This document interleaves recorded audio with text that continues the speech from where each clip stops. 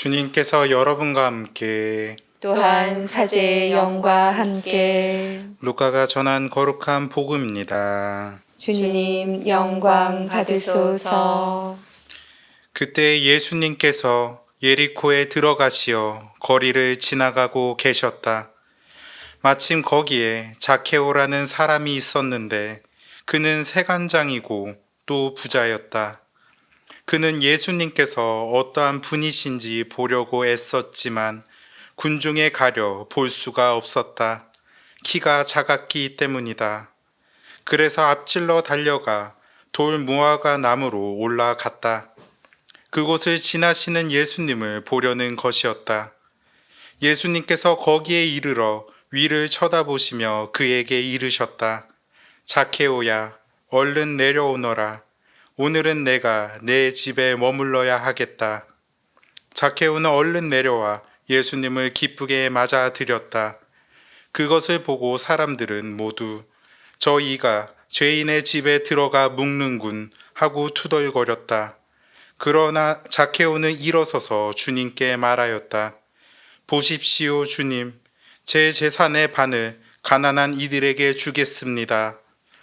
그리고 제가 다른 사람의 것을 횡령하였다면 내 곱절로 갚겠습니다. 그러자 예수님께서 그에게 이르셨다.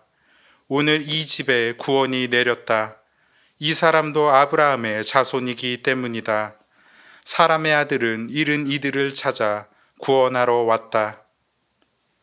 주님의 말씀입니다. 그리스도님 찬미합니다.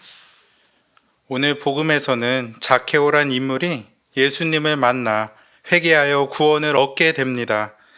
자케오는 예리코의 세간장이었습니다. 당시 이스라엘 민족은 로마 제국의 식민 지배를 받던 시기였습니다. 그 지배 아래에서 세금을 걷던 이들이 세리였고 세간장은 바로 이들을 통솔하고 이끌던 이들이었습니다.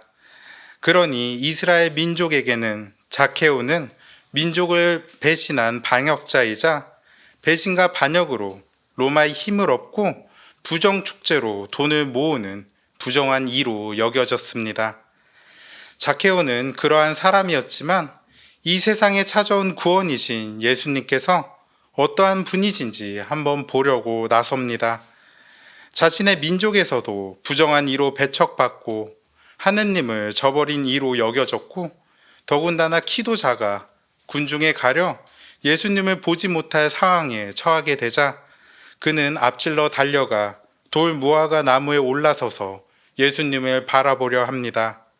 그 노력으로 자케오는 결국 예수님의 눈에 띄게 됩니다.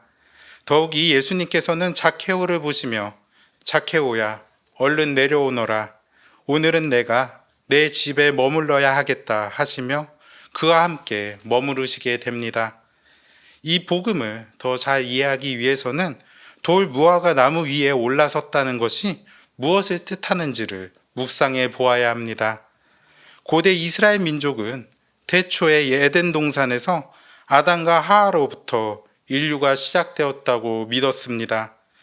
이 아담과 하와가 뱀의 유혹에 빠져 하느님께서 금지하신 선악과를 먹고 그때부터 하느님과 멀어지게 됩니다. 태초의 인간이 선악과를 먹어 처음 부끄러움을 느껴 서로의 알몸을 가리려 사용했던 것이 바로 무화과 나뭇잎이었습니다. 또한 동산을 거니시는 하느님을 피해 숨은 것이 에덴 동산 나무 사이였습니다. 비록 그 나무가 무화과 나무였는지는 모르지만 무화과 나뭇잎으로 몸을 가리고 나무 사이로 몸을 가렸다는 묘사는 고대 이스라엘인들이 죄를 지은 이들의 부끄러움과 그 부끄러움으로 하느님을 피하는 것을 어떻게 표현했는지를 알 수가 있습니다. 오늘 복음의 자케오 또한 그렇게 하느님과 민족에게 죄를 지어 부끄럽던 부정한 이였습니다. 그는 자신의 부끄러움과 부정함에도 불구하고 구원으로 나아가기를 결심하게 됩니다. 이를 위해 자신을 가리고 있던 돌 무화과 나무를 딛고 올라서기까지 합니다. 이러한 행위는 바로 한 인간이 자신의 죄를 벗어나 참된 생명으로 나아가는 것을 의미합니다. 무화과 나무 아래서 자신의 죄로 인해 몸을 가렸던 인간이 이제는 죄를 상징했던 무화과 나무를 딛고 서서 구원의 문을 열어주시는 참 생명이신 예수님에게로 나아가게 되는 것입니다. 그리하여 예수님께서는 자케오를 보시며 말씀하십니다. 자케오야, 얼른 내려오너라. 오늘은 내가 내 집에 머물러야 하겠다. 이제 자케오는 죄의 그늘에서 벗어나 빛과 함께 머물게 됩니다.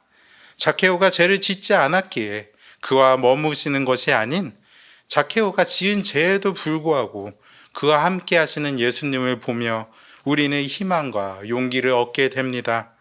그리하여 예수님을 제대로 보고 그분에게 말씀을 듣고 그분과 함께하게 된 자케오에게 참된 회개의 결심이 서게 됩니다. 보십시오, 주님. 제가 제 재산의 반을 가난한 이들에게 주겠습니다. 그리고 제가 다른 사람의 것을 횡령하였다면 내 곱절로 갚겠습니다. 이제 예수님께서는 오늘 이 집에 구원이 내렸다라고 말씀하시며 이 사람도 아브라함의 자손이며 하느님의 민족이자 당신의 사람임을 분명히 하십니다.